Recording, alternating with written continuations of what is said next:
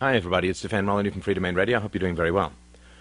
This is a shout-out, without too much shouting, to those who wrote to me in shocked and appalled squeamishness at the very idea that I would suggest that a friend of yours who supports wars and predation and debt and inflation may not actually be that good a friend, and that you should reconsider your friendships. If you're for Ron Paul and people won't vote for Ron Paul after you make reasoned, passionate, factual arguments, they may not be your friends. Well, people refer to this as emotional blackmail.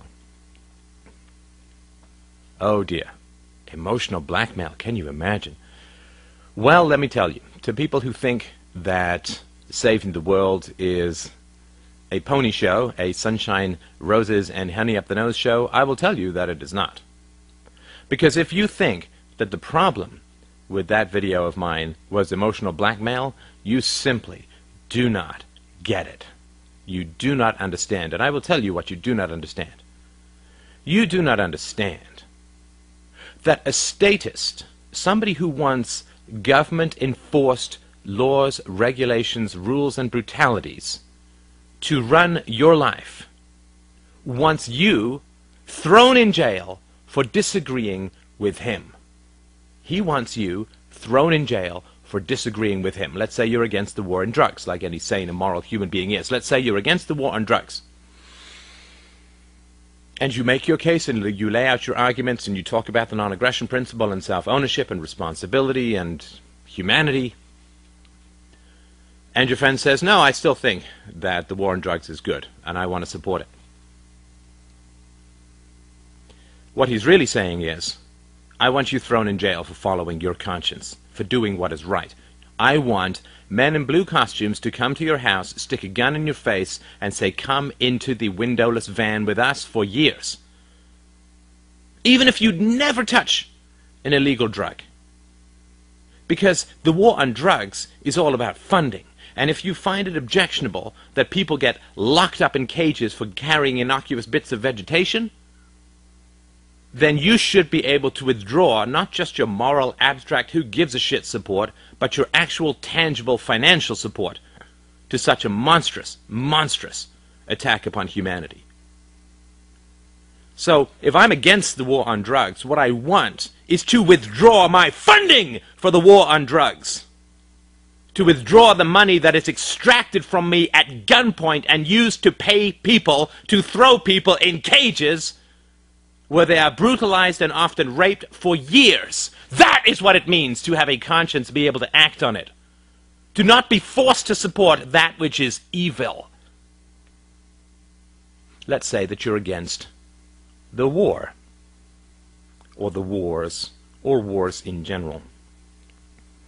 What does it mean to be anti-war? Does it mean that you can go around the streets and wave your little placards? Does it mean you can write on your blog that war is double plus oogie? No. Being against the war means not being forced to fund a war, not being forced to pay for the murder of innocent foreigners. That's what it means to be against the war. Are you against the horrors of the permanent underclass that has been created by government education and the welfare state? Does your conscience say that this is monstrous and evil, and it's the most destructive thing that has ever been foisted on the poor outside of the medieval goddamn plague? What does it mean to be against these predations? Does it mean that you can wave your placards and write your blog and say to people, well, I don't really think it's that good and here are the facts behind it? No. That means nothing. That means nothing. If you're a cow in an electrified paddock and you want to spray paint on your side, I don't like me paddocks. Farmer doesn't care. Just stay in the goddamn fence and you can do whatever you want. The fence is your money. The fence is your obedience, which is enforced upon you, either directly with the gun to your head of taxation or indirectly with the silent pickpocket of fiat currency inflation and debt. To follow your conscience, to do what is right, means that you have to oppose being forced to pay for that which is evil. That is what the government is doing, always, it is forcing people to pay for that which they object to. Because if they didn't object to it, it would be called charity, for Christ's sake. The government is all about forcing people to act against their conscience. The United Way is a charity. They do not force you to support them. The government forces people to support its activities because it is directly what they do not want to do. And generally, it is because they do not want to do it morally. The government is ethics rape in perpetuity. So when your friends say to you, I want so-and-so to be in power, I want so-and-so to be in power, I'm in favor of the war, I'm in favor of the war to drugs, I'm in favor of government education, I'm in favor of welfare, social security, national debts, you name it. What they are saying to you, to your face, is,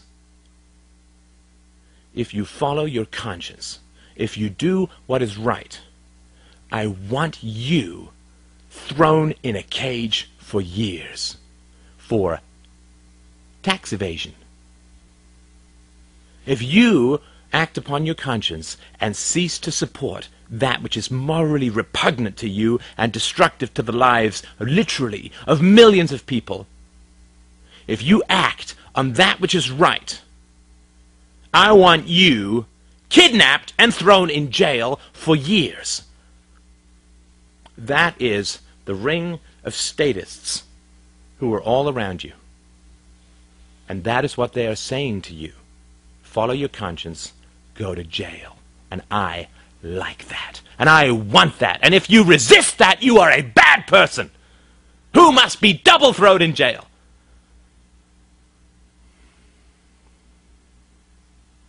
That is the matrix, the statrix, right? Do what is right. Go to jail. That is what your friends, your family, your companions, your co-workers, that is what they want. That is what they want, even when you spell it out, even when you explain it, even when you show them the facts, even when you give them the basic arguments, even when you show them the gun in the room. They want you hauled away in a fucking burlap sack and thrown in a cage for following your conscience, for the mere act of disagreeing with them about the value and virtue of certain ways of doing things in society.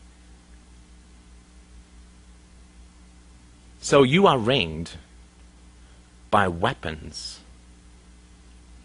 And you are ringed by people whose words praise and arm and take the safety off those weapons. You are ringed by the snipers of statism and those who support you, being thrown in jail for following your conscience. That is the stakes that we're at. You're ringed by weapons. And you say to people, put down the weapons. Let's reason about this. Put down the weapons. Let's reason about how to solve problems in society, how to fix things, how to get things done so that people don't get caged, so that the unborn don't get sold off and stolen from. So that the solution to problems is not always more guns, more laws, more fucking cages. Let's just reason together and see if we can't find a way to have a society which is not murder-based, which is not cage-based, which is not violence-based. Put down your weapons, everybody, and let's reason about this. That's all you're saying. That's all you're saying. If you're into freedom, if you're into liberty, if you're into compassion, if you're into human communication that does not involve that is who you are surrounded by. There's people who like weapons rather than words, and who only use words to cover up the weapons, to put a velvet glove on the bottomless fist of the state.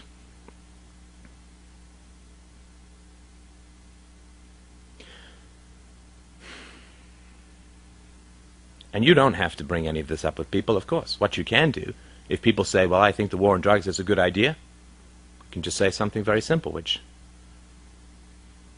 describes the situation perfectly.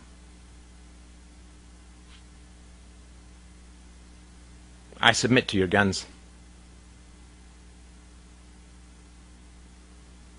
You're for the welfare state? I submit to your guns. For the war on drugs? I submit to your guns. I surrender to your weapons. But don't you dare think that emotional blackmail is somehow the problem in the interaction of being surrounded by people who want weapons used against you for following your conscience. Don't you dare think that that has anything morally legitimate in any way to describe the reality of the situation.